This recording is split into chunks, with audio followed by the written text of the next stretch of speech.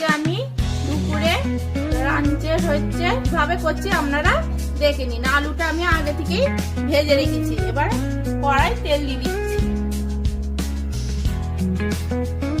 আমি সয়াবিনগুলো 3 বা 4 বার ধুয়ে ভালোভাবে নিচুড়ে তুলে নিয়েছি। এবার আমি গরম তেলে ভেজে নেবো সয়াবিন। আমার সয়াবিনগুলো ভাজা হয়ে গেছে। বেশি ভাজলে সয়াবিনের টেস্টটাই নষ্ট হয়ে যায়। হালকা ভাবে একটু নেড়ে ভেজে নিয়েছি। এবার আমি সয়াবিনগুলো লাগিয়ে দিচ্ছি।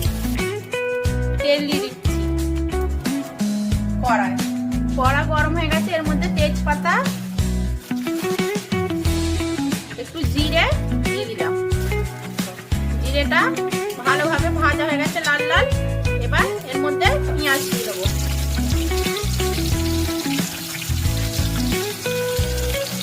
পেঁয়াজটা একটু লাল লাল করে ভেজে নিতে হবে।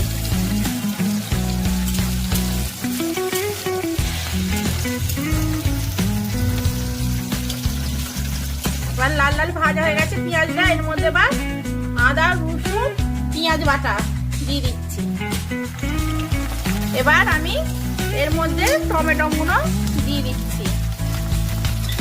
দিয়ে একটু নাড়াচাড়া করে নিয়ে এবার মশলা এর মধ্যে দিয়ে দিচ্ছি। হলুদ গুঁড়ো, ধনে জিরে গুঁড়ো, কাশ্মীরি লঙ্কা গুঁড়ো, সোয়াবিনের এই সসটা দিয়ে দিলাম। আপনারা গরম ভাতে সাথে এরকম সোয়াবিনের কারি খেয়ে দেখবেন, হেভি টেস্টি খেতে হয়। এবার আমি এর মধ্যে এবার সয়াবিনগুলো দিয়ে দিচ্ছি। দেখুন বন্ধুরা, কালারটা কি সুন্দর এসছে, তেলও ছেড়ে দিয়েছে। এবার সয়াবিনগুলো দিয়ে দিচ্ছি।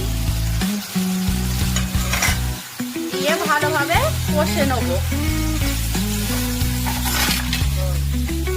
এবার কষানো হয়ে গেছে আমার সয়াবিনটা। এর মধ্যে এবার আমি আলু দিয়ে দিচ্ছি। আলুটা ভাজাই ছিল, আপনাদের করে আগেই বলেছি। আলুটা দিয়ে ভালোভাবে এরকম ভাবে কষে নেবো আর একটু। এবার আমার আলু সয়াবিন কষানো হয়ে গেছে। এবার জল কম করে জল দেবো, এতেই সেদ্ধ হয়ে যাবে। এবার পরিমাণ মতো নুন দিয়ে দিচ্ছি। এবার চাপা দিয়ে দিচ্ছি। এবার আমার সয়াবিন কারি হয়ে গেছে। এর মধ্যে এবার ধনে পাতা দিয়ে দিলাম।